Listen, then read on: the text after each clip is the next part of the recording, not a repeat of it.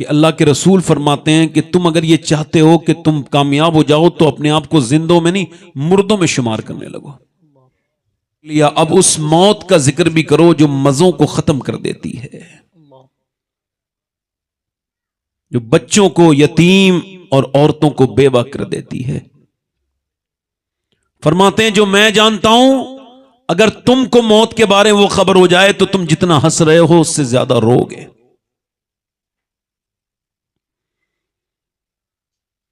सुफियान सौरी रदी अल्लाह तआला ताबई और मुहद्दिस बुजुर्ग हैं, वो फरमाते हैं जो मौत को याद करेगा, कब्र को याद रखेगा, उसकी कब्र जन्नत के बागों में से एक बाग बनेगी, और जो याद नहीं करेगा, भूल जाएगा, उसकी कब्र जहन्नम के गढ़ों में से एक गढ़ा बनेगी। मौला अली फरमाते हैं तुम मौत को अगर याद करोगे तब भी तुमको मौत आएगी, और याद नहीं करोगे तब भी आएगी। जैसे कबूतर की तरह आंखें बंद कर लेने से शिकारी से नहीं बच सकता कबूतर, अगर वो चाहे तो उड़ सकता था, मगर कबूतर के मिजाज में बात शामिल है। जैसे ही उसके सामने शिकारी आता है वो आंखें बंद कर लेता है और फिर शिकार हो जाता है। ऐसे ही मौत का जिक्र होते ही बंदा बात को बदलना चाहता है, हालांकि बात नहीं बदलनी चाहिए। मौत हकीकत है। मौला अली फरमाते हैं याद करेगा मौत को तब भी आएगी, नहीं करेगा तब भी आएगी, मगर अगर याद रखेगा तो मौत आसानी से आएगी, और याद नहीं करेगा तो बड़ा जलील होकर मरेगा।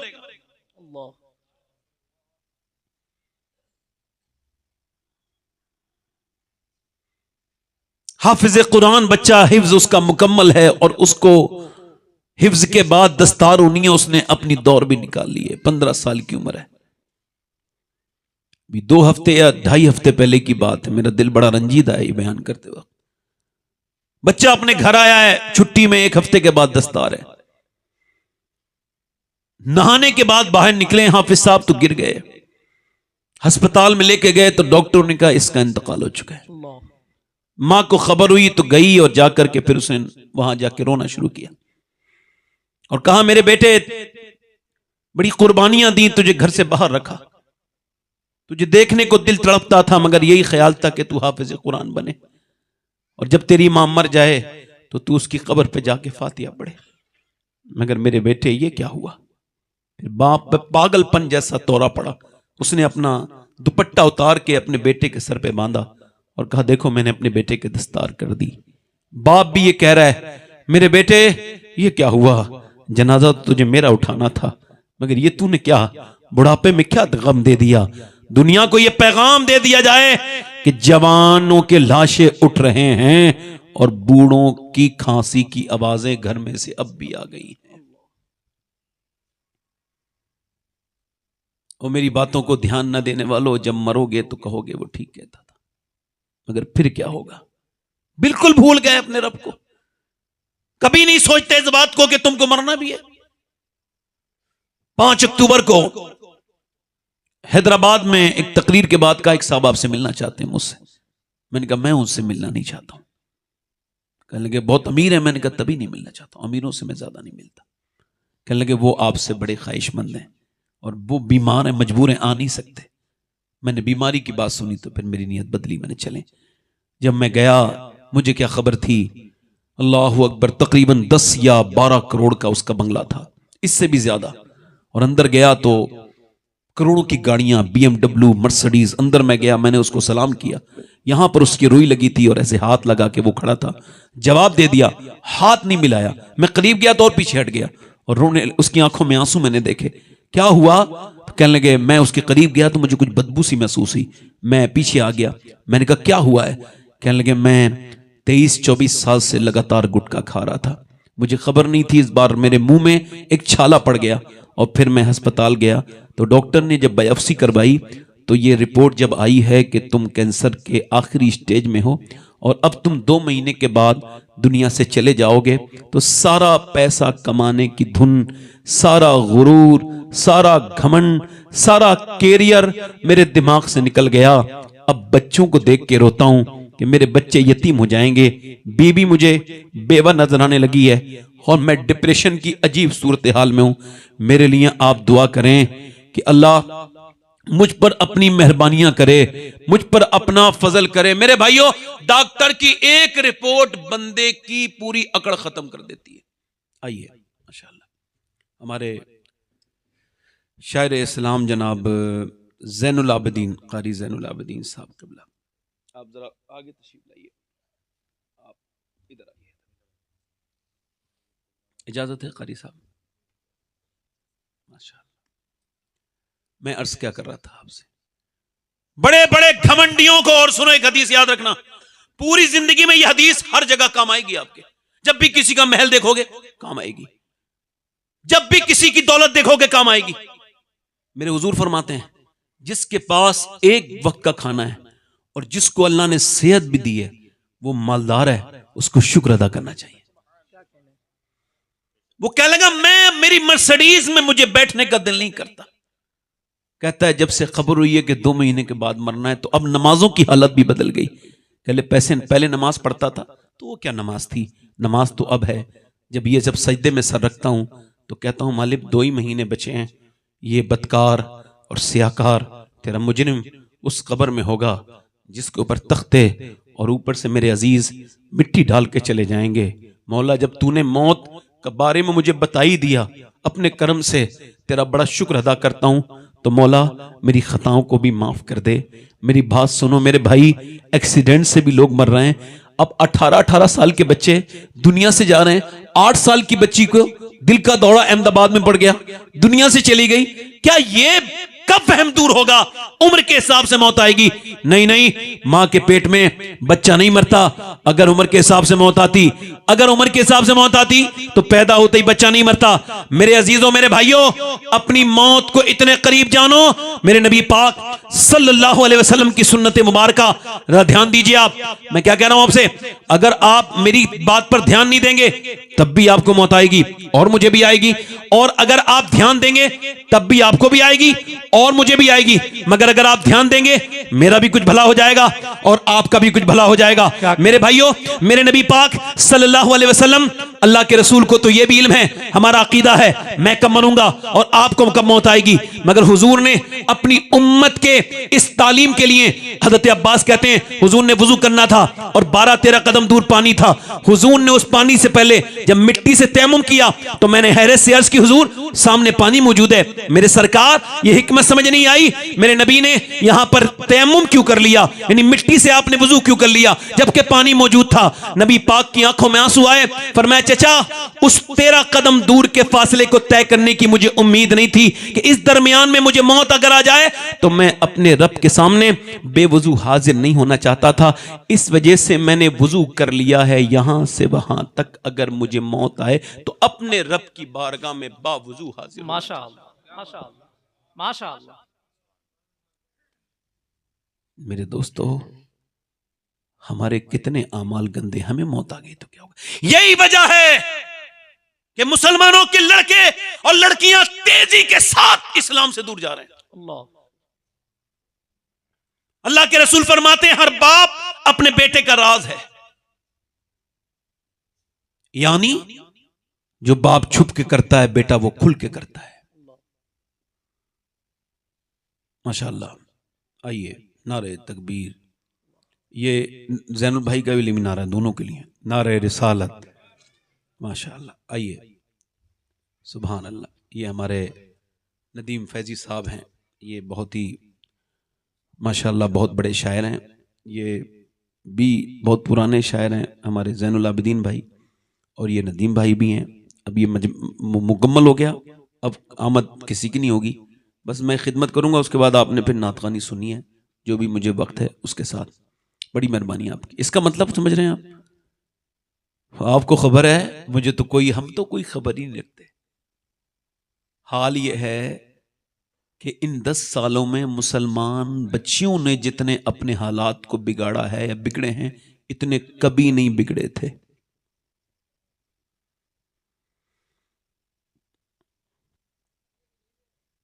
अल्लाह के रसूल फरमाते हैं, हर बच्चा अपने बाप का राज है, राज।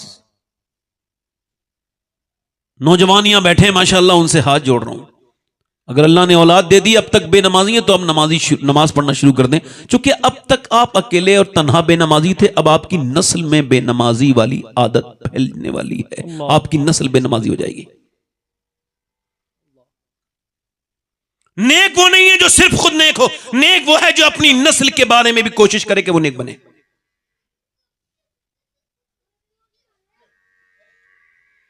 डेढ़ सौ साल पहले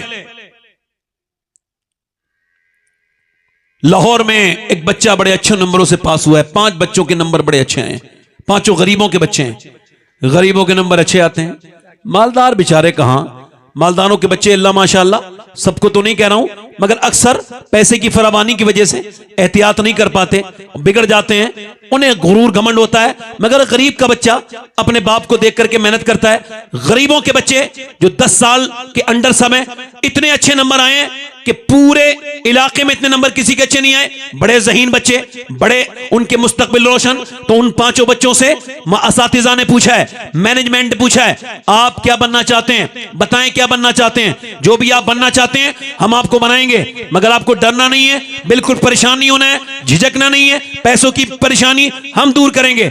आप सिर्फ अपने ख्वाब बताएं, अपने ड्रीम्स बताएं, अपनी सारी आप फ्यूचर बताएं, फ्यूचर में क्या बनना चाहते हैं। एक बच्चे ने कहा मैं डॉक्टर बनना चाहता हूं, एक ने कहा मैं इंजीनियर बनना चाहता हूं, एक ने कहा मैं फलसफी बनना चाहता हूं, एक ने कहा मैं जो है ना वो फौज में जाकर के कर्नल और जनरल बनना चाहता हूं। मगर एक बच्चा खामोश था, कुछ नहीं बोला। वो बच्चा सबसे ज़हीन भी था, सबसे ज्यादा हसीन भी था। उसके आगे बढ़कर के मास्टर ने पूछा, बेटे क्या मामला है, तुम क्यों रो रहे हो? रोने लगा, क्या बनना चाहते हो? बच्चा बोला ही नहीं। मास्टर ने सर पे हाथ रख के कहा, बेटे तुम्हें डरना नहीं है, तुम जो भी पढ़ना चाहोगे हम तुमको पढ़ाएंगे, बताओ क्या बनना चाहते हो? बच्चा आगे बढ़ा और बोला मैं सिहाबी रसूल बनना चाहता हूं। वाह वाह माशाअल्लाह। देखो मैं आपको तकरीर का इम्तिहान देने नहीं आया हूं, 15 साल हो गए मेरी तकरीर पे कोई ध्यान नहीं देता, उसकी अकल पे शक होता है, अपनी तकरीर पे नहीं होता। आप जरा दिल लगा के बोले सुभान अल्लाह। क्या बोला बच्चा, मुझे क्या बनना है, जल्दी बोलो। बच्चा बहुत छोटा है ना, अभी उम्र उसकी कम है। मास्टर ने कहा, बेटे तुझे खबर है सियाबी कौन होता है?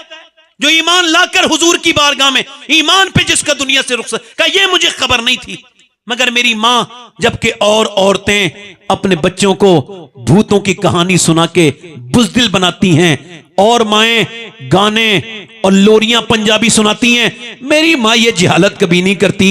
मेरी मां जब से मैंने होश संभाला है मुझे रोज ये बताती है, किसी दिन अबू बकर सिद्दीक की पूरी बात बताती है कि कैसे अबू बकर सिद्दीक ने कुर्बानियां दी हैं, कैसे अपने कांधों पर लेकर के चढ़े हैं 5-5.5 हजार फीट ऊपर की उस पहाड़ी खारे जबले सौर पर। और वो फिर कभी बताती है हजरत उमर के इंसाफ के बारे में, कभी वो हजरत अबू बकर सिद्दीक के बारे में, कभी उस्मान जुन्नूरैन की सखावत के बारे में, कभी मौला अली की शुजात के बारे में बताती है। कभी वो बताती है कि बिलाल हबशी के सीने पे कैसे पत्थर रखे जाते थे और कैसे बिलाल के गर्दन में डाल करके जो है वो रस्सी और उसको मक्के की गलियों में घुमाया जाता था। मेरी मां ये भी बताती है मास्टर साहब कि सियाबी वो होता है जिससे हुजूर बहुत प्यार करें, लिहाजा आप ऐसा करें, मुझे आप ऐसा ही बनाएं जिससे मेरे नबी प्यार करने लगे, आमना के लाल प्यार करें। बच्चा जब रोया तो मास्टर ने सर पे हाथ रख के कहा, मेरे लाल तू सिहाबी तो नहीं बनेगा मगर आदमी बहुत बड़ा बनेगा, क्योंकि तेरी मां ने तेरी बुनियाद बड़ी मजबूत रखी है। जब बच्चा बड़ा हुआ तो वाकई में आदमी बहुत बड़ा बना। उसका नाम डॉक्टर मोहम्मद इकबाल था। उसी ने कहा था कि मोहम्मद से वफा तूने तो हम तेरे हैं, ये जहां चीज है क्या लोहो कलम तेरे। नारे तकबीर, नारे रिसालत, उर्से मुकद्दस, मसलके आला हजरत। क्या बात, जिंदाबाद जिंदाबाद जिंदाबाद। मां अगर चाहे तो बच्चा, आला हजरत फरमाते हैं, सुनिए, अगर औरतें चाहती हैं उनका बच्चा आशिक रसूल बने तो बड़ा छोटा सा नुस्खा है, अपने अपने घर जाके बताइएगा। फरमाते हैं जब औरतें अपने बच्चों को दूध पिलाएं तो दूध जब पिला रही हो तो दुरूद भी पढ़ दें, अल्लाह आशिक रसूल बना देगा। माशाअल्लाह माशाअल्लाह माशाअल्लाह। अमल छोटा सा है ना, मगर फायदा कितना। अब ये बताओ आप मुझे, मौलाना, हाफिज, कारी, ये सब जितनी भी दीनी शख्सियात हैं, ये सारे अपने माँ बाप के तकरीबन वफादार होते हैं, फर्माबरदार होते हैं। कोई 1% कोई जाहिल हो, उसका कोई जिक्र नहीं करना। ये हाफिज होते हैं, होते नहीं होते माँ बाप को फरमाना, माँ बाप की बात मानते हैं। क्यों? इमाम गजाली ने इससे पर्दा हटाया। वो कहते हैं जब बच्चा तुम्हारा बोलना शुरू हो ना, तो उसको गोद में लेना, और गोद में लेने के बाद फिर उस बच्चे से आप कहना, बेटे कहो अल्लाह अल्लाह। तजर्बा करना आप, मैंने तजर्बा किया है। बेटे कहो अल्लाह अल्लाह अल्लाह अल्लाह अल्लाह। अब बाप कह रहा है बेटे कहो अल्लाह अल्लाह अल्लाह अल्लाह, और बच्चा जवाब क्या दे रहा है? अब्बा अब्बा। अब आप कह रहे हैं अल्लाह, जो कुछ नहीं जानता वो कह रहा है अब्बा। क्यों? इमाम गजाली कहते हैं वो कहता नहीं है, उससे अल्लाह कहलवाता है। देख, तूने इसे मेरा नाम सिखाया तो मैंने इसे तेरा नाम सिखा दिया। वाह वाह वाह, माशाअल्लाह माशाअल्लाह, जिंदाबाद जिंदाबाद। बाप अगर चाहे, मां अगर चाहे। अब मेरी बात पे आप ध्यान दीजिए। पहले इसी वजह से लोग अच्छी औरतों से शादी करते थे। दीनदार मतलब, पहले हमारे इलाके में, आपका नहीं पता, यहां बुजुर्ग लोग बैठे हैं, अब भी हो ऐसा, आपके यहां भी हो सकता है। हमारे यहां पे देखते थे, नानी तक को चेक करो भाई। नानी अगर शरीफ होगी तो नवासी में उसके असरात। अब तो बेचारे हाजी जी भी हैं तो बेचारे भिखारी हैं, हज करके आए हैं, मगर नियत इतनी गंदी है कमीन बदबख्त की कि ये फिर भी किसी की लड़की लाने से पहले देख रहा है दौलत कितनी है उसके पास। मालदार घर देख रहा है, बेचारा कह रहा है मुझे चाहिए कुछ नहीं, बस 1000 बराती आएंगे और उनकी खिदमत। मतलब यह है कि ये वो भिखारी है, इनने अपने ताल्लुकात तो इसने बना लिए, मगर औकात नहीं है अपने घर में खिलाने की। लिहाजा ये जो है ना, वो दूसरे के कांधे पर रख के बंदूक छोड़ना चाहता है। ये जाहिल है, ये बेवकूफ है। ये बूढ़ा अपने बेटे का सौदा करके, इसकी कल को वही बहू जिसे सौदा करके लाया है, जब इसे निकालेगी तो ये बड़ा रोएगा। अबे तूने तो भाई सौदा ही किया था ना, सौदागर बन के नहीं, अगर बाप बन के बेटी लाता तो बड़ी बरकतें हो जाती। वो भी तुझे समझ लेती कि भाई तू बाप बन के लाया है, मगर बाद में अफसोस करने से क्या मतलब है? तुम भी तो रिश्ता करते वक्त तिजारत ही करते हो ना। इसको क्या मिलेगा, इतना क्या मिलेगा, जैसी करनी तो वैसी भरनी। ये मियां, तुमने अपनी बेटियों की शादी जितनी मालदारी के साथ की, तो बोलो मजदूर आदमी के दिल पे क्या गुजरी होगी तुम्हारे मोहल्ले के? क्या उसकी बेटियां नहीं है? मियां, उसको रात को नींद नहीं आई, वो रोता रहा, उसकी बेटी भी मुसल्ले पे रोई, ऐ मेरे परवरदिगार क्या होगा, हम 4 बहनें हैं और हमारा बाप तो मजदूर है, वो तो 500, 600 रुपए रोज लाता है, वो कैसे शादी करेगा? हमने एक दूसरे का खून पी लिया।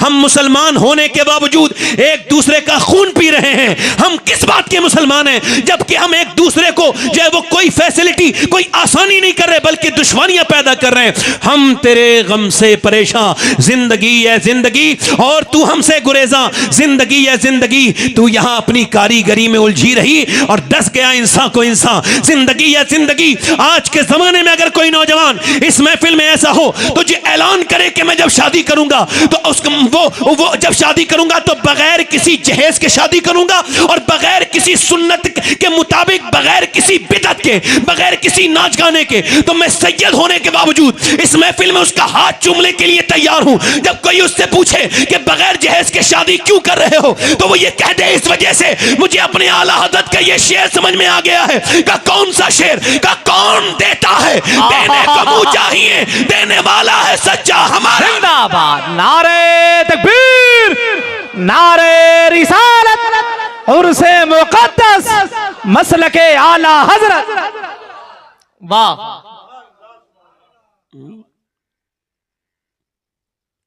मगर पहले लोग देखते थे नानी, कहते थे ऊपर से देखो भाई शजरा, नानी खराब है तो बेटी में बातें आई होंगी और बेटी की बातें नवासी में।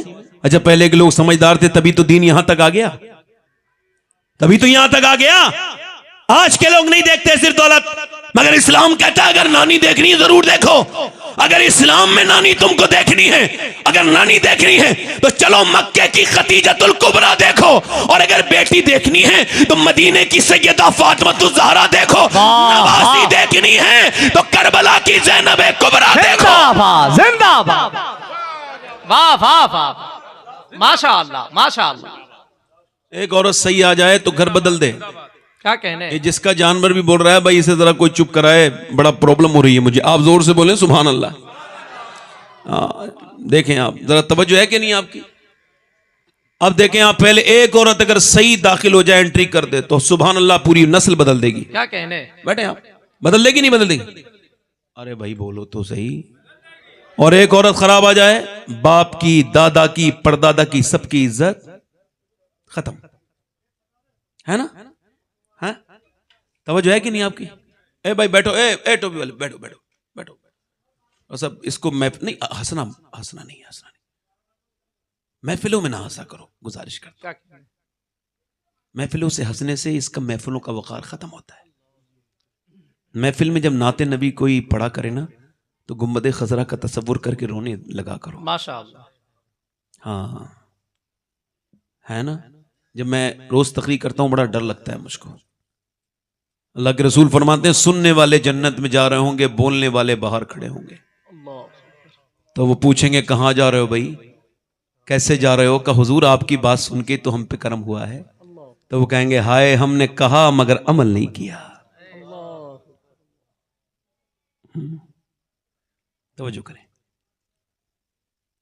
एक चौधरी हैं, 1000 बीघा जमीन है उनके पास, और उनके पास 100 नौकर भी हैं। जब हिंदुस्तान तकसीम नहीं हुआ तब की बात है। 2 बीबियां हैं उनके पास, नदीम भाई, 2 बीबियां हैं उनके पास। उन्होंने तीसरी शादी कर ली और तीसरी बीबी उन्हें ठीक मिल गई। कभी कभी बीबी ठीक भी मिल जाती है, इनको तीसरी ठीक मिली। क्यों? क्योंकि नमाज पढ़ती थी।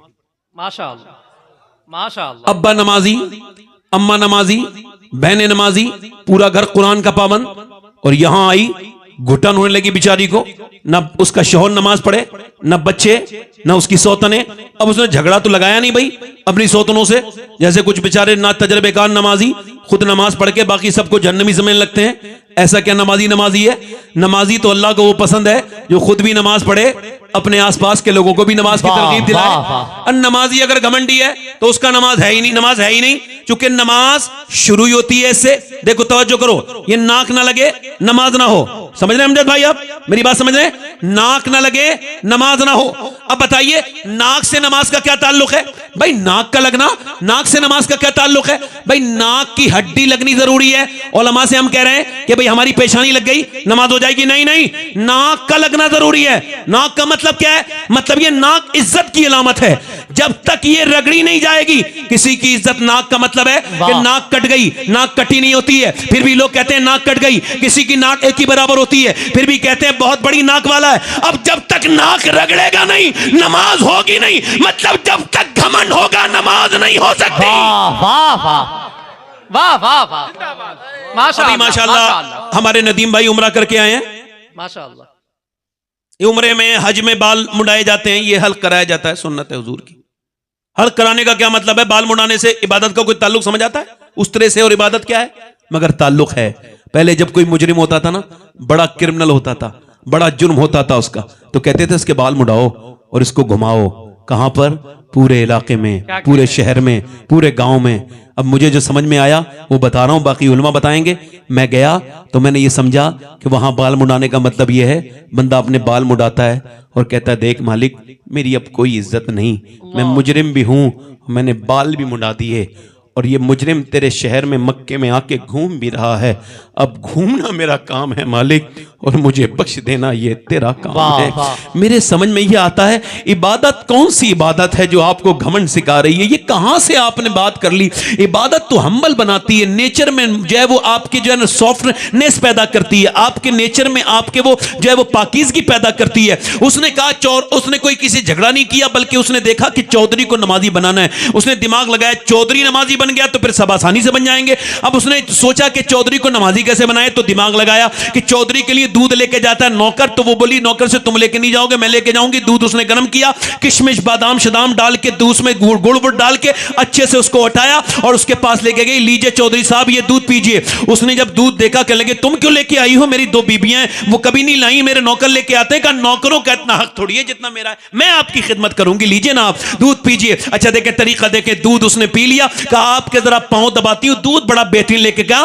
पांव क्यों दबाओगी? कहा इस वजह से इजाजत चाहती हूं कि मैं अपने घर पे पे अपने माँ बाप की खिदमत करती थी, अब आप मेरे सरताज हैं, मैं आपकी खिदमत करूंगी, लिहाजा आप मुझे पांव दबाने की इजाजत दें। उसने इजाजत दे दी, पांव दबाने लगी। अच्छा, कुछ पांव दबाते हैं लोग तो और दर्द कर देते हैं, उसको पॉइंट बताते, उसने वही पॉइंट टच किए जिससे रिलैक्स फील करता है इंसान। जैसे ही पांव दबाए बंदे को नींद आ गई, चौधरी को खर्राटे शुरू हुए। जैसे ही खर्राटे शुरू हुए कहने लगी, चौधरी साहब मैं जा रही हूं, आपको भी नींद आ रही है, अगर बुरा ना माने तो फजर की नमाज पढ़ने के लिए उठा दूं। क्या कहने, वाह वाह वाह, माशाअल्लाह माशाअल्लाह। अब एक तो चौधरी और दूसरा मर्द। मर्द भी अक्सर घमंडी और चौधरी भी घमंडी होते ही हैं। एक आदमी हज करके आया, घर में उम्रा करके आके घर में लड़ने लगा, मुझे पानी नहीं दिया मेरी बीवी ने।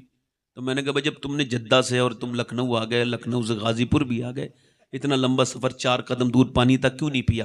कहने लगे, साहब जहां दादागिरी चलती है चलाने में बड़ा मजा आता है। बात ये हुजूर ने फरमाया, तुम में बेहतर वो है जो अपनी बीवी के लिए बेहतर है। क्या कहना, वाह वाह। हजरत लोग बाहर के लिए हजरत होते हैं, अंदर के लिए क्या कहना, मुश्किल है। हजरत को हजरत कहाँ मानती है? अंग्रेज लोग कहते हैं हम इस्लाम को नहीं मानते, मगर इस बात को मानते हैं कि उनकी बीबियां हुजूर के बारे में उनको नबी मानती थी। माशाअल्लाह माशाअल्लाह, यानी बीबियां भी सब मानती थी। माशाअल्लाह। हमारे यहाँ कैसे बुजुर्ग गुजरे माजी करीब में कि उन्होंने अपनी बीबी से कहा, मुरीद हो जाओ किसी की।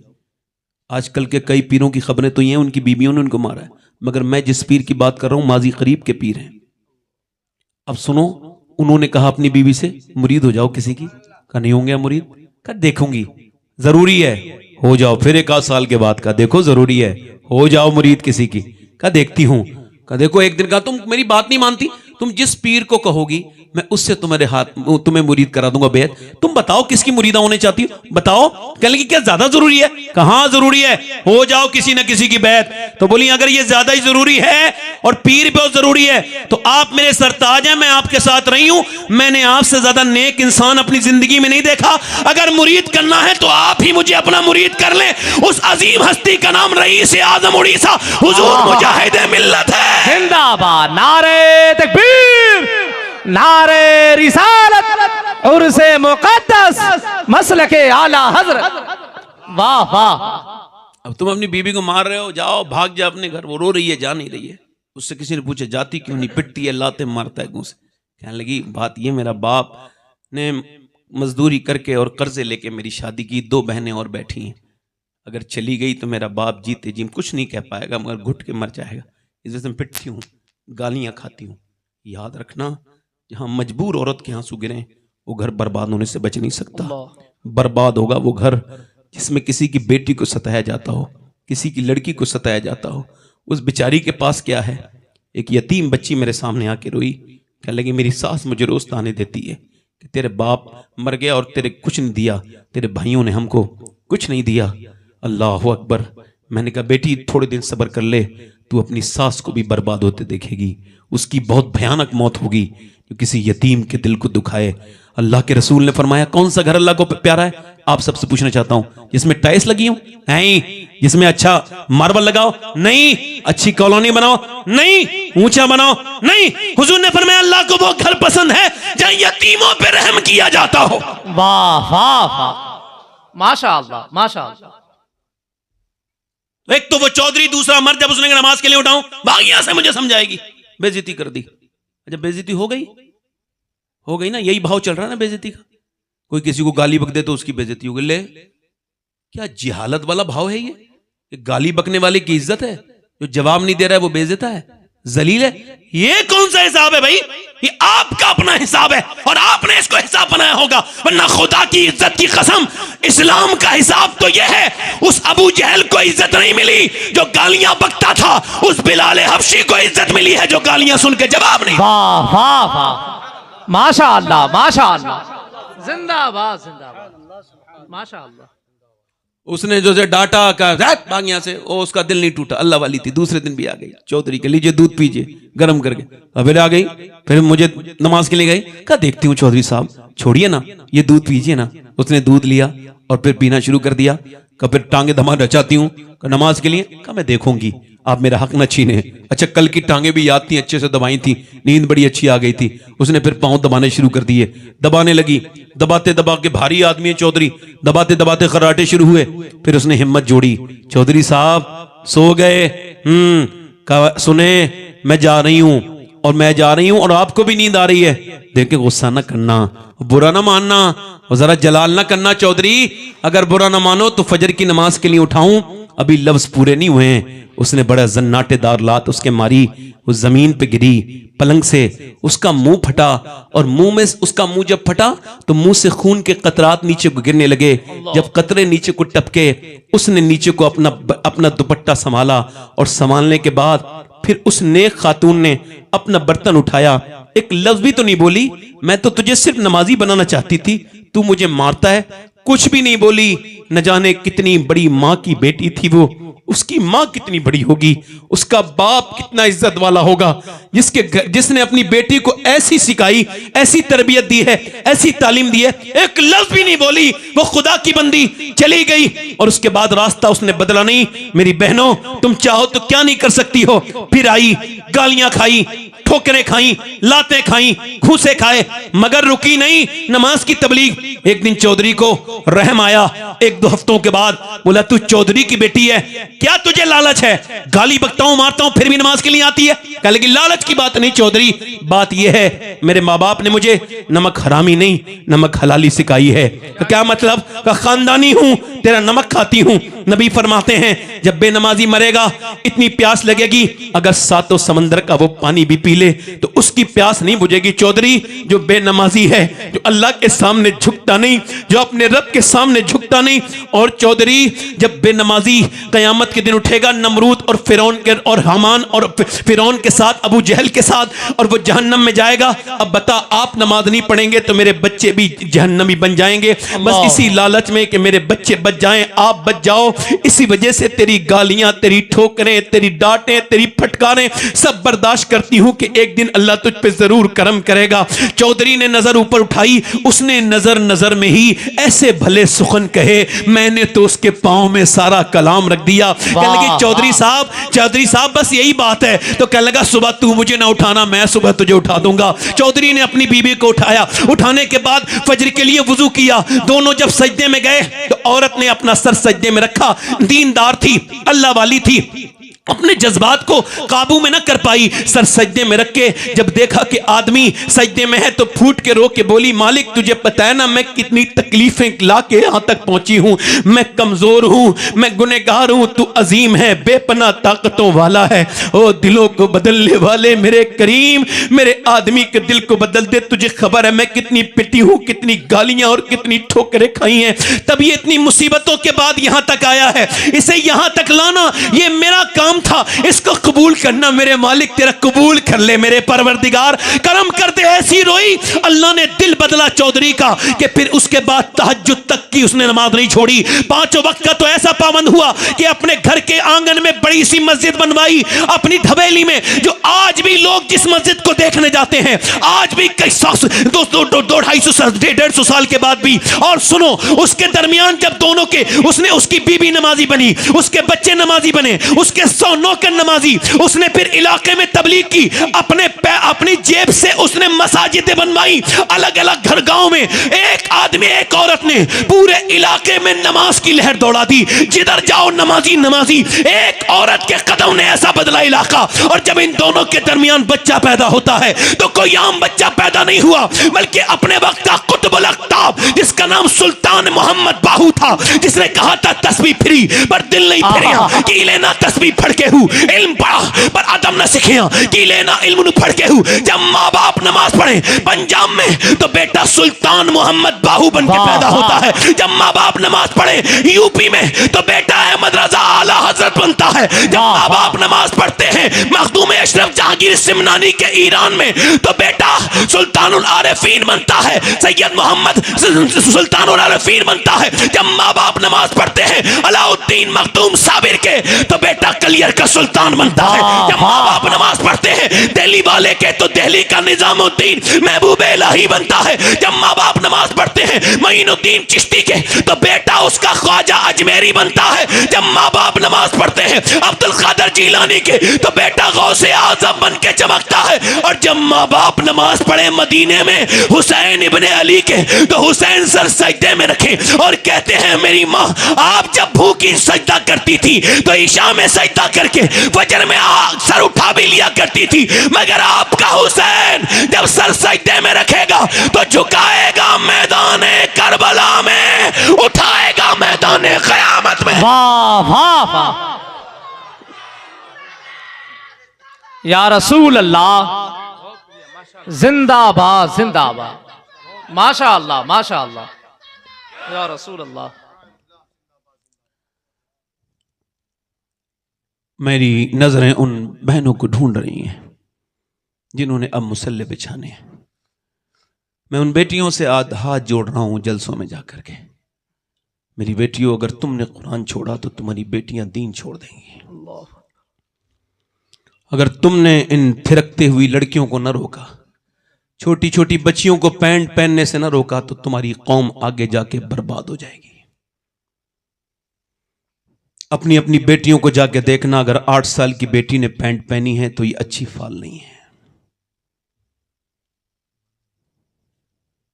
आज से तकरीबन 2012 की बात है, एक शादी में मैंने एक साहब से कहा कि तुम अपनी बेटी को समझाओ, देखो वो 12 साल की हो गई, पैंट पहन रही है। उन्होंने मुझे डांट दिया, अब अपना काम किया करें, हमारे साहब बारे मामले में ना बोला करें। मैं खामोश हो गया। 2022-23 के अंदर वही आदमी अपनी बेटी के सामने थाने में बैठा था और कहता था टोपी रख के मेरी बेटी मेरी इज्जत बचा ले, गैर के साथ ना जा। तो उसकी बेटी ने उससे कहा जा बूढ़े यहां से चला जा, जब तुझे समझाना चाहिए था तब नहीं समझाया, अब मैं बहुत दूर जा चुकी हूं।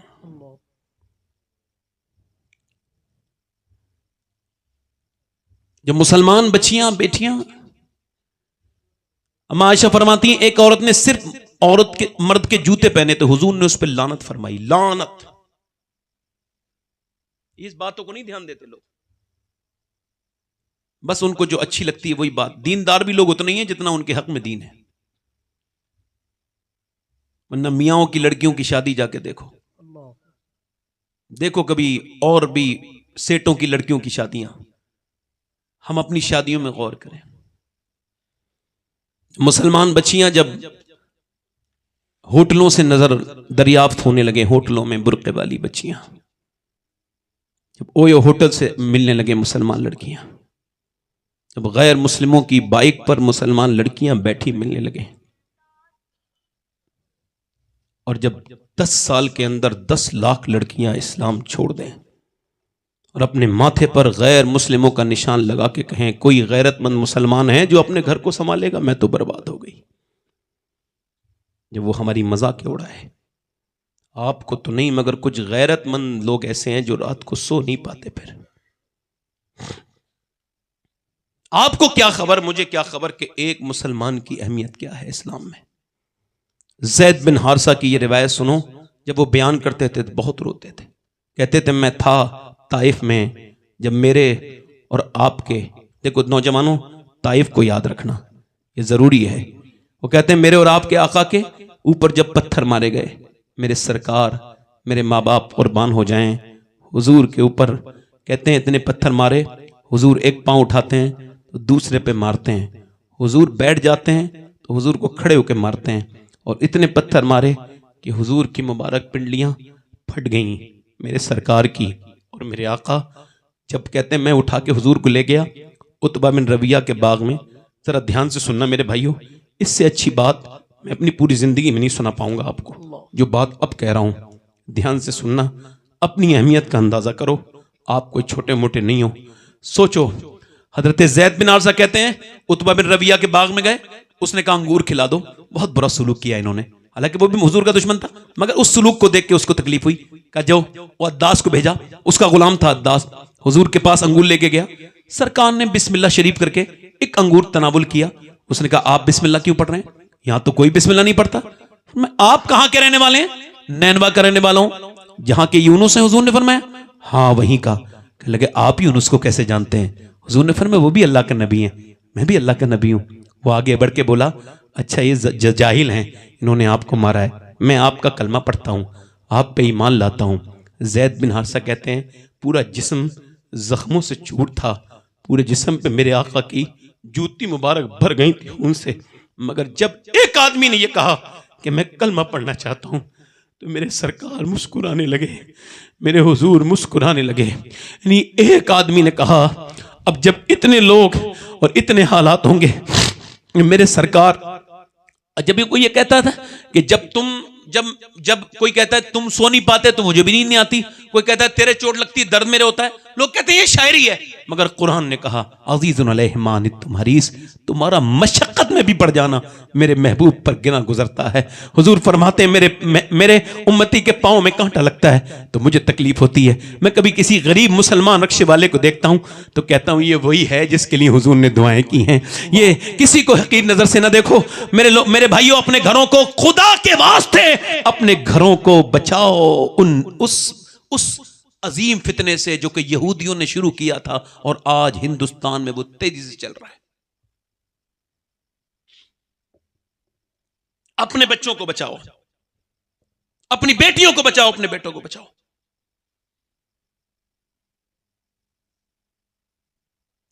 एक सिहाबिया है, सुनो, मेरी बहनों को सुना रहा हूं, आपको भी सुना रहा हूं। एक सिहाबिया है, ये जंग पे जा रहे हैं मुसलमान, तो औरतें अपने बेटों को लेके आ रही हैं, हुजूर ये बेटा हाजिर है। अरे हम तो माल नहीं दे पाते, वो लाल दे रही हैं, क्या कहने, वो भी 18 साल का। हुजूर ये हाजिर है, मेरे सरकार ये हाजिर है। और मदीने की तारीख गवाह है, एक भी खातून ने ये नहीं कहा हुजूर मेरा बेटा वापस आ जाए। सारी यही कहती थी हुजूर सबसे आगे मेरे बेटे को लगाना ताकि ये सबसे पहले शहीद हो और मैं शोहदा की मां कहलाऊं, शहीदों की मां कहलाऊं। वाह वाह, माशाअल्लाह माशाअल्लाह। एक खातून आई है, तवज्जो करना जरा, दिल लग रहा, आप लोगों का नहीं लग रहा? कितने लोगों का दिल लग रहा था? दिल लगा के बोले सुभान अल्लाह, सुभान अल्लाह, सुभान अल्लाह। बस आराम से बैठे, ये आपकी खामोशी बड़ी मेरे लिए नेमत है, इसके लिए खामोशी, कभी कभी खामोशी नेमत होती है। आपने बोलना है थोड़ी देर के बाद, बस थोड़ी देर के बाद इंशाल्लाह आपने जब नाज सुनी है तो हुजूर के नाम के नारे लगाने, मगर अभी इस बात को याद रखें। एक औरत आई है तो 2.5 साल का बच्चा भी ले आई है। हुजूर मेरे बेटे को जरा आप कबूल करें और जंग में ले जाएं। सरकार ने फरमाया इसने कुछ दिन पहले रोटी छोड़ी है, ये क्या करेगा? कहा हुजूर मैंने ये सोच के लाई हूं, वो तीर जो आते होंगे ना आपकी तरफ और कोई तलवार मारते हो तो ढाल की जरूरत मेरे पैगंबर को पड़ती होगी, तो हुजूर मेरे बेटे को ना ढाल बना लीजिए। हुजूर मेरे आका है, मेरे मक्की मदनी सरकार, आप अगर मेरे बेटे को, इसने एक भी बार आपकी तरफ आने वाला रोक लिया तो मैं कामयाब हो जाऊंगी। इसके अलावा कोई बेटा होता तो उसे ले आती, मैं शहीद की मां कहलाना चाहती हूँ। हुजूर मेरे बेटे को कबूल करें।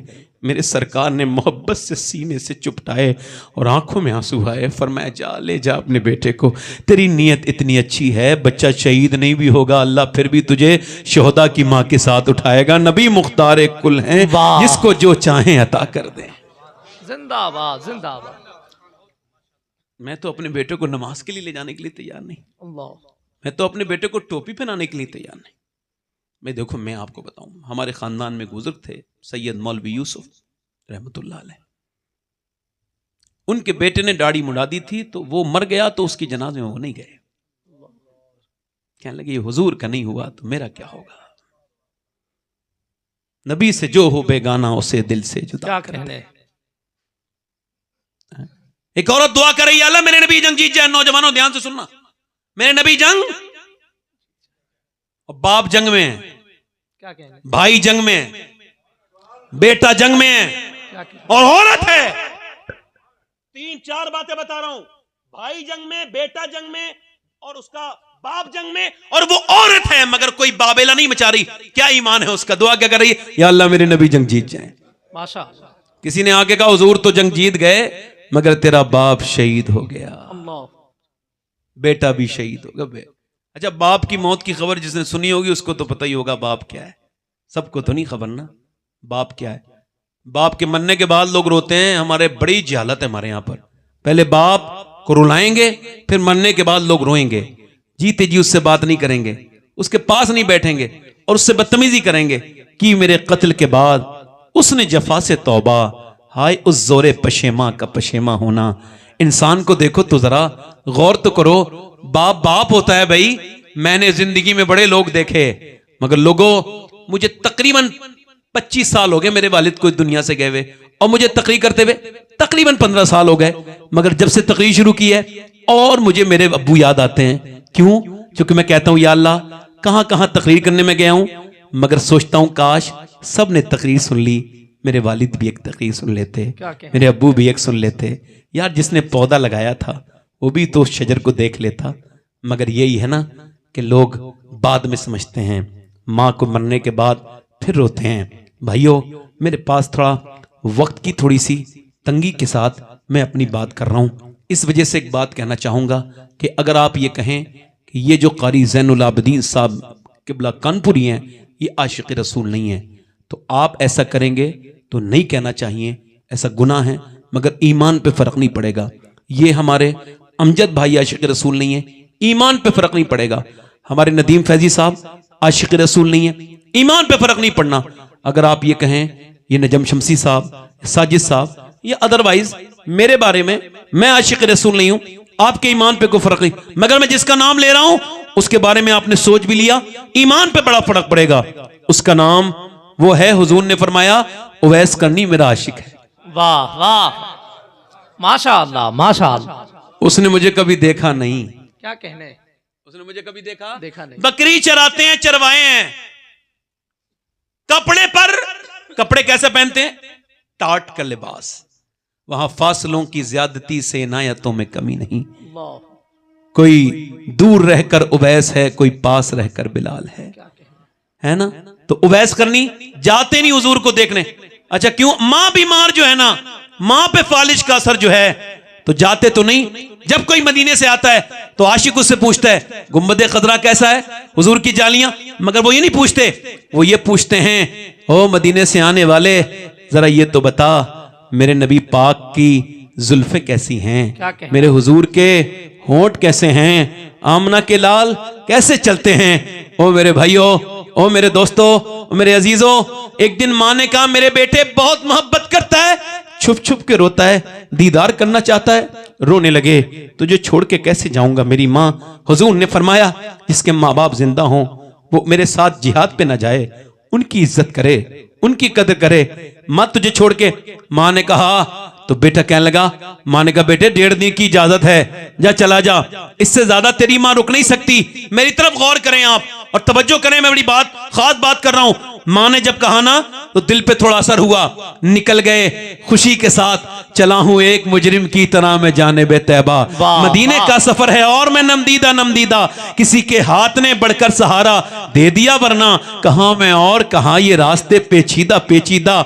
नहीं मालो जर तो क्या है, मैं गरीब हूं यही ना, मेरे इश्क मुझको ले चल तू ही जानिबे मदीना। मदीने की तरफ सफर कर रहे हैं उवैस करनी। मदीने के रास्ते में हुजूर की बारगाह में पहुंचे हैं और सरकार के घर के करीब खड़े होते हैं, दरवाजे पर अर्ज करते हैं मेरे नबी पाक तशरीफ अगर रखते हैं तो करम फरमाएं। अंदर से आवाज आई कौन? का मेरा नाम उवैस है, मैं बकरी का चरवाहा हूं, बकरी चराता हूं, मां मेरी बीमार है, हुजूर को देखने आया हूं। सरकार है का मुसाफिर रात को ठहरना पड़ेगा, हुजूर अभी नहीं है, सुबह जब तशरीफ लाएं तो दीदार करना, सिहाबी बनना और चले जाना। अल्लाहु अकबर। मगर बाहर जब ये आवाज आई तो सिसकियां निकली, हसरतों ने दम तोड़ा, किसी की आरजुओं का जनाजा निकला। कोई बड़े रो के बोला मैं नहीं रुक सकता। क्यों नहीं रुक सकते? कि मैं अपनी माँ से वादा करके आया हूं। अल्लाह के रसूल ने फरमाया है माँ की इताअत करो, तो मैं माँ का वादा नहीं तोड़ सकता। हुजूर जब सुबह आए तो अर्ज कर देना मेरे नबी से, मेरे सरकार से, कि आपके दरे दौलत पर एक गुलाम आया था, एक आपका गुलाम, एक नौकर, एक बकरी चराने वाला चरवाहा, और मां की वजह से वापस लौट गया। सरकार अपने गुलाम के लिए दुआ करें, मेरा सलाम कह देना। उवैस मदीना छोड़ के जा रहे हैं। यार 8-9 दिन रहने के बाद मदीना छोड़ता है बंदा तो दिल से घबराहट होती है, रोता है, आह कल ऐश तो किए हमने, अल्लाह अकबर, फिर के गली गली तबाह, ठोकरे सबकी खाए क्यों, दिल को जो अक्ल दे खुदा, तेरी गली से जाए क्यों। अल्लाह अकबर, उठकर तो आ गए हैं तेरी बज़्म से, मगर कुछ दिल ही जानता है कि किस दिल से आए हैं। उवैस तो मदीना छोड़ के आ गए हैं, मगर मियाँ सुबह को सरकार आए, बेखबर हो गुलामों से वो आका क्या है। फरमाया कौन आया था? मेरे दरवाजे पे बड़ी खुशबू फैली है। आयशा बताओ कौन आया था? कहा हुजूर कोई उवैस नाम का आदमी आया था, उसकी माँ बीमार है, वापस चला गया और वो आपको सलाम कह के गया है, बड़ा रोता हुआ गया है, दरो दीवार चूमता हुआ गया है। फरमाया मेरे सियाबा जरा मिंबर लगाओ। मिंबर लगाया गया। फरमाया सुनो मेरे सियाबा, मेरा एक आशिक है, उसने मुझे कभी देखा नहीं, माँ का फरमा बरदार है, मगर ऐ मेरे अली तू उससे मेरी उम्मत के लिए दुआ करा देना। अमर तुम दुआ करा देना, उसकी दुआएं इतनी अल्लाह कबूल करता है कि क़यामत के दिन जब वो जन्नत में जाएगा अल्लाह फरमाएगा ठहर और इशारा कर, उधर जहन्नमियों को वो इशारा करेगा तो जहन्नमी जन्नती बन जाएंगे। अल्लाह फरमाएगा ये बदला देता हूं मैं माँ बाप की इज्जत करने वाले और कदर करने वालों का। ओ पीरों की तरफ भागने वालों, ओ अमीरों की गुलामी करने वालों, ओ अमीरों के सामने रोने वालों, ओ अमीरों को राजी करने वालों, ओ पीरों के सामने जाने वालों, किसी को राजी ना करो। कोई पीर दुनिया आज के जमाने में कौन सा पीर बदल सकता है? कोई गारंटी नहीं कौन सा बदल सकता है, और किसकी दुआएं तुम्हारे हक में कबूल होंगी कोई गारंटी नहीं है। मगर मेरे नबी फरमाते हैं माँ बाप दुआएं करते हैं तो ऐसे लगती है जैसे नबियों की दुआएं उम्मती के हक में लगती हैं। कभी माँ बाप की खिदमत करो, माँ चली गई तो फिर दूसरी माँ नहीं मिलेगी, और माँ माँ है, माँ है। दीवारें छोटी होती थी लेकिन पर्दा होता था, और ताले की इजाजत से पहले सिर्फ भरोसा होता था, और जब तक माथा चूम के रुखसत करने वाली जिंदा थी दरवाजे के बाहर तक मुंह में लुकमा होता था। मेरे न माँ हैं न मेरे बाप हैं, आपसे कह रहा हूं अगर ये हैं तो इनकी खिदमत कर लो। ये चले गए तो फिर कभी मिलेंगे नहीं, तुम रोया करोगे तो ख्वाब में भी नहीं आएंगे। इनके बगैर घर नहीं होता, बिल्कुल सुनसान मकान बन जाता है। माँ बाप जहां बैठे हो वो घर बड़ा खूबसूरत होता है। जिस घर में माँ का कमरा हो चाहे वो बगैर सजा हुआ कमरा खूबसूरत लगता है। मेरे भाइयों आखिरी बात आपसे कर रहा हूं कि वो खातून जिसने 3 मौत सुनी है वो पर्दे में गई है, कितना उसके अंदर तहम्मुल है कि बाहर निकली है 3 मौतों के बाद फिर भी पर्दे में है, और पर्दे के बाद बाहर निकली औरतें पीछे जा रही हैं। देखो भाई पहले बाप के जनाजे से चिपटेगी, नहीं भाई को देखेगी, कि कैसे देखेगी, पहले बेटे को देखेगी। पहुंची मगर ना बाप को देखा, ना भाई को, ना बेटे को। सबसे पहले वो वहां गई जहां हुजूर तशरीफ रखते थे, ऊँटनी के पीछे खड़ी गई। सरकार ने दुआ की अल्लाह तुझे सब्र दे, तेरा बाप तेरा भाई तेरा बेटा शहीद हो गया। हुजूर की तरफ देख के अर्ज करती या रसूल अल्लाह मैं आज जब से आई हूं तो तलाश कर रही थी, आपको मैंने देख लिया, आप सलामत हैं तो मेरा सब कुछ सलामत है। वाह वाह। हमें भी उस नबी के सामने जाना है, कब्र में हुजूर आएंगे मेरे आका, है ना। मुफ्ती आजम जब जज्ब में आए थे तो कहा था फरिश्ते पूछते हो मुझसे किसका बंदा हूं, ये देख लो ये है तस्वीर यार आंखों में। हाय हाय। फिर वो गई उधर जिधर उसकी लाशें पड़ी थी तो पर्दे में थी। किसी ने कहा पर्दा तेरा अभी तक सलामत है, बाप भाई बेटा सब शहीद हो गए। कहने लगे जिस पर्दे के लिए शहादतें हुई हैं क्या वो पर्दे पे अमल उसकी बेटी नहीं करेगी? बाप बेटी नहीं करेगी, भाई की बहन नहीं करेगी, बेटे की माँ नहीं करेगी। आजकल ऐसी लड़कियां कहाँ हैं? फिटिंग का लिबास, अमेरिका की लड़कियों की नकल, फिल्मी दुनिया की। काश कि मैं अपनी बहनों को समझा पाता। अल्लाह का शुक्र है, ये बात मैं हर जलसे में रिपीट कर रहा हूँ, आपके सामने भी कह रहा हूँ, मैं सैयद हूँ मगर ये वसीयत कर चुका हूँ कि अगर फ़लस्तीन की लड़कियों का में से किसी एक का जूता मुझे मिल जाए, मेरे मरने के बाद दफन करने के बाद मेरे सीने पर वो जूता रख दिया जाए जिन्होंने ये बयान दिया है, ताकि अल्लाह मुझे बख्श दे, मुझ पापी की बख्शिश हो जाए। कौन? जिसने ये बयान दिया कि जब हम रात को सोते हैं तो पहले कुरान पढ़ते हैं, फिर बुर्का ओढ़ते हैं, फिर सो जाते हैं। का बुर्का ओढ़ के तो कोई नहीं सोता, का हम इस वजह से सोते हैं बम गिरते हैं मिसाइल तो घर बन जाते हैं मलबे, मलबे से निकलती हैं लाशें।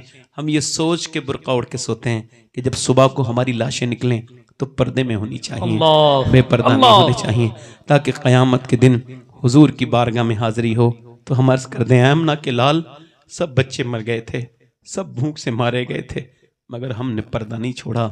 काश के मैं अपनी बेटियों को बताता, मैं इन लोगों की विसातत से उन बच्चियों को बताता जिन्हें फैशन का रंग चढ़ गया है, जिन्होंने इंटरनेट पे फॉलोइंग के लिए अपने ख़ानदान की और इस्लाम की इज्जत उखाड़ना शुरू कर दी है, जिन्होंने फातिमा नाम रख के इज्जतें उड़ा दी, अपने फॉलोइंग के चक्कर में बर्बाद हो गई। मेरी बहनें, मेरी बेटियां, अल्लाह के रसूल एक दिन अपनी बेटी से मिलने के लिए गए, फरमाया फातिमा दरवाजा खोलें, अब्बा अकेले हैं तो आ जाएं, इमरान आए मेरे साथ, ना उन्हें ना लाएं, अब्बा उन्हें ना लाएं। क्यों ना लाएं फातिमा? उन्हें ना लाएं अब्बा।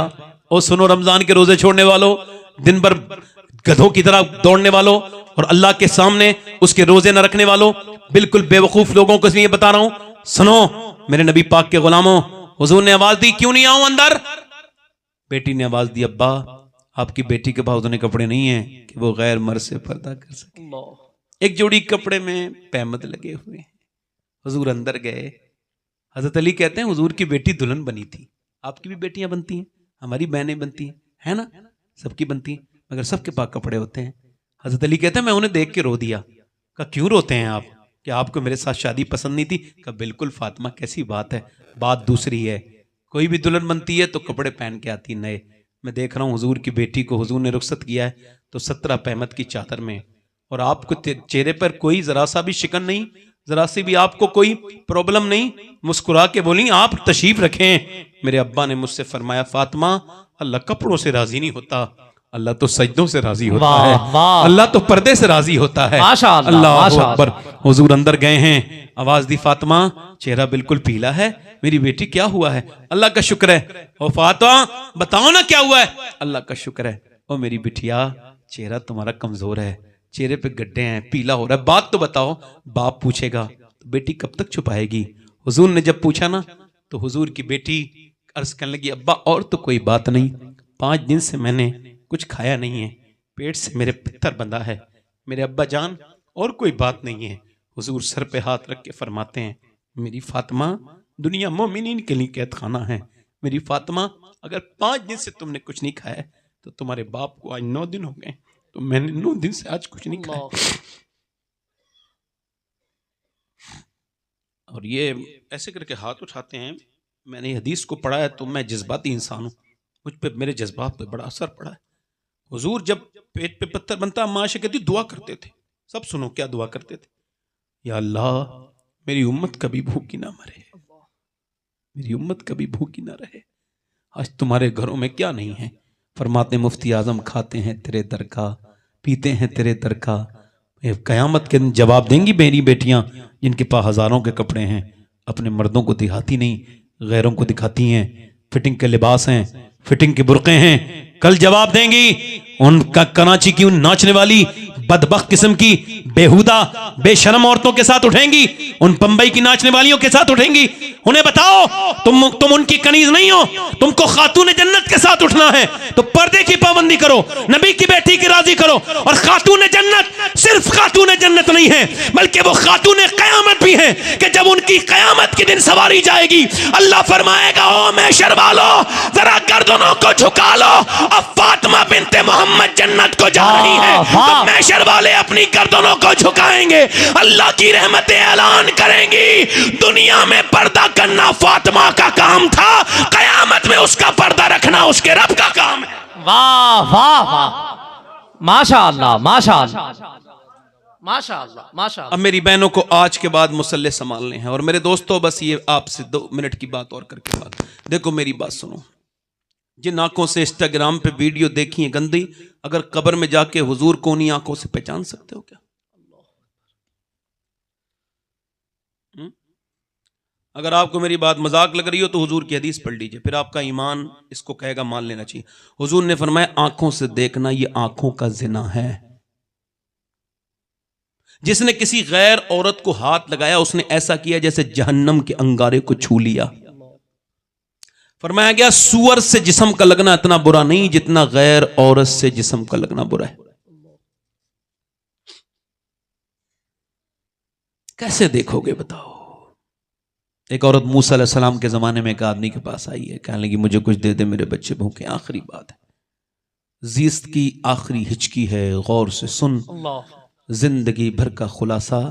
इसी आवाज में एक शेर जैनुल भाई के लिए कि जो सांस से निकली है वो जो सांस से निकली है वो सब ने सुनी है, जो तार पे बीती है वो किसको खबर है ना। वो जो गीत तुमने सुना नहीं मेरी उम्र भर का रियाज था। तवज्जो करें। औरत कहने लगी मुझे कुछ मिल सकता है? तो उसने कहा मैं तो जिना करता हूं हर रात में एक औरत के साथ, तू रात में मेरे पास आ जाना, दे दूंगा। उसने कहा मैं जिस्म बेचने नहीं आई, वापस चली गई। मगर बच्चे बेचारी के रोए और उसका दामन पकड़ के गिर गए। एक बच्चा बेहोश हो गया, वापस गई, कहने लगी मेरे बच्चे मर जाएंगे, कुछ दे दे, अभी रात को आ जाऊंगी। उसने कहा ठीक है। रात को वो आ गई खाना खिला के। कमरे में लेटी है, मगर मोमिना है, मुसलमान है, ईमान वाली है। इसने हाथ उसके आगे बढ़ाना चाहा, वो कांपने लगी। इसने जैसे इसके हाथ लगाया, उसकी आंखों से मोटे मोटे आंसू गिरे। ए, रोती क्यों है? क्या तुझे पैसे नहीं मिले? मेरी रात खराब करती है? का पैसा सब कुछ थोड़ी होता है, ईमान भी कुछ होता है। जब मैं रात को सजदा करती हूँ ना, तब भी मुझे अल्लाह देखता है। तो जब तुम अपने लिहाफ में बंद होके ना वीडियो देखते हो गंदी, तब भी तुम्हारा अल्लाह तुम्हें देखता है। और जब तुम जुमे के दिन सजदा करते हो, तब भी तुम्हें अल्लाह देखता है। मेरे भाइयों, वो रात को जो गैर लड़कों से बातें कर रही है औरत, लड़की, उसको भी देख रहा है। और जो रात में तहज्जुद में नमाज पढ़ रही है, सजदे में रो रही है, अल्लाह उसको भी देख रहा है। वो किसी से गाफिल नहीं है, वो सबको देख रहा है। समीउन बसीर है, अलीमुन खबीर है। वो चूटियों के पैरों के निशान देख लेता है। तो आपके और मेरी की हैसियत क्या है? सुनो, उसने कहा मैं इस वजह से रो रही हूं, अपने मालिक से अर्ज कर रही हूं, मेरे परवरदिगार, तेरी बंदी आज तक जिना नहीं की, तू तो इस पर गवाह है, मगर मैं मजबूर हूं। मेरे बच्चे भूखे ना होते, मैं ममता की मारी ना होती, तो ऐ बेपना ताकतों वाले, कभी भी मैं ये जिना ना करती, तो मुझे माफ कर देना। मजबूरी इस गंदे काम तक लाई है। वो तो रोई, मगर अल्लाह कितना करीम है, कोई इसे पुकारे तो सही। कोई पुकारता ही नहीं। इसे पुकारोगे, उसे पुकारोगे, उसके सामने रोगे, अमीरों के सामने रोगे, उसके सामने नहीं रोते, इधर उधर जाने। आपको कितनी सुन्नत पता है। लो मेरी एक बात सुनो, कोई एक आप ज़ईफ हदीस भी लेकर के आओ, हुजूर से ज्यादा गम किसी ने नहीं सहे, किसी ने नहीं सहे, किसी ने नहीं सहे, खुदा की कसम नहीं सहे। हुजूर फरमाते हैं मेरी तकलीफें कब इतनी ज्यादा है कि सारे नबियों की तकलीफ को एक पल्ले में रख दी जाए, मेरी तकलीफ का पल्ला भारी हो। मगर मेरे सरकार ने कभी किसी के कांधे को तलाश किया हो रोने के लिए, तो मुझे एक हदीस ला दो। मेरी मां फात आयशा फरमाती है कि जब रात को मेरे नबी सजदे में जाते थे, तो हुजूर जब भी रोए सजदे में जाके रोए। वाह वाह, माशाअल्लाह माशाअल्लाह। जिंदगी बदलोगे नहीं, सुनो के कोई फायदा नहीं होगा, अमल करो। क्या कहने, परेशानी आए रब के सामने रो। वाह क्या मामला है? उसने रोना शुरू किया, ऐसी रोई, अल्लाह ने उसका दिल बदल दिया। वो जो जानी था, कह लगा जा, तूने मेरी आंखें खोल दी, मेरा दिल बदल दिया, जा ये पैसे ले चली जा। वो तो चली गई। ये सजदे में जाके बोला मालिक एक दिन आई थी, हाथ तक नहीं लगाया, और मैंने तो कितनी इज्जतें लूटी, मेरे जैसा गुनहगार कोई नहीं, तेरे जैसा करीम कोई नहीं। ये कह के सो गया। रोते रोता थोड़ा सा रोया, सो गया। सुबह को दरवाजे पे दस्तक हुई। कौन? सामने खड़े। कहने लगे मेरा नाम मूसा है और मैं तुझे इस वजह से आया हूं, अल्लाह ने तुझे सलाम भेजा है। वाह वाह, माशाअल्लाह माशाअल्लाह माशाअल्लाह। कहने लगे मूसा कोई गलत रास्ते पे आ गए, इस बदकार को रब सलाम नहीं कहेगा। मैंने तो इज्जतें लूटी, मजबूरियों का फायदा उठाया, कितनी इज्जतों का मैं लुटेरा हूं। मेरे जैसा खताकार पूरे इलाके में कोई नहीं है। मेरा रब मुझे सलाम नहीं भेजेगा, कोई और रास्ता होगा, कोई और गलत रास्ता। तो मूसा अलैहिस्सलाम बोले तू ये बता, तूने कोई नेकी की है? कहने लगा हाँ, रात रोया था। कितना रोया था? कहा इतना रोया था मेरी आंख के आंसू ढलक के गाल तक आ गए थे। मूसा ने कहा मेरे रब ने मुझे भेजा है और कहा है कहना मेरे बंदे से, मुझे छुप छुप के रात रो रहा था ना, उसके रब ने उसके आंसू कबूल कर लिए। हम सबको उसी ने बनाया ना, माँ के पेट में खाना खिलाया, फिर पैदा हुए तो माँ के अंदर छातियों में से दूध पैदा किया, फिर हम जब कमजोर थे तो ताकत दी उसने, बेरोजगार थे रोजगार दिया, बीवी दी, बच्चे दिए। मरोगे तो तुम्हारे पीछे सब खड़े होंगे, तुम्हें दूल्हा बना के लोग लेके जाएंगे इज्जत के साथ। तुम्हारे गुनाहों की तखसीस नहीं है, तुम कितने गुनहगार हो, मगर तुम्हें इज्जत रब दिलवाएगा। फिर कब्र में जब जाओगे तो पूछेगा जरूर, वो 50-60 साल के लिए तुझे दुनिया भेजा था मैंने, तू बिल्कुल मुझे भूल गया। ये बता तूने मुझे याद क्यों नहीं किया? अल्लाह कहता है मुझे याद करो, ऐसे याद करो जैसे अपने माँ बाप को याद करते हो। उठते बैठते हाथ उठा